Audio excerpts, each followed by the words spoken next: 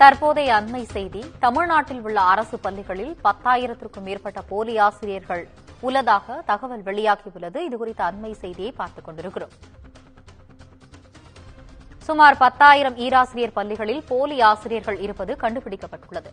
தமிழ்நாட்டில் உள்ள அரசு தொடக்கப் பள்ளிகளில் 10,000 போலி ஆசிரியர்கள் இருப்பதாக தகவல் வெளியாகியுள்ளது. தமிழ்நாட்டில் அரசு பள்ளிகளில் 10,000 போலி ஆசிரியர்கள் இருப்பதாக தகவல் வெளியாகியுள்ளது. இதுகுறித்த கூடுதல் விவரங்களுடன் இணைகிறார் செய்தியாளர் கீதன். வணக்கம் கீதன், கூடுதல் விவரங்களை சொல்லுங்க.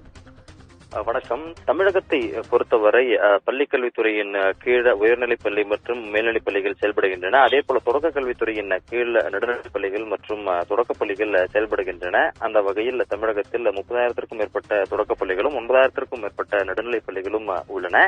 இந்த நிலையில் நேற்றைய தினம் ஒரு தொடக்க கல்வித்துறை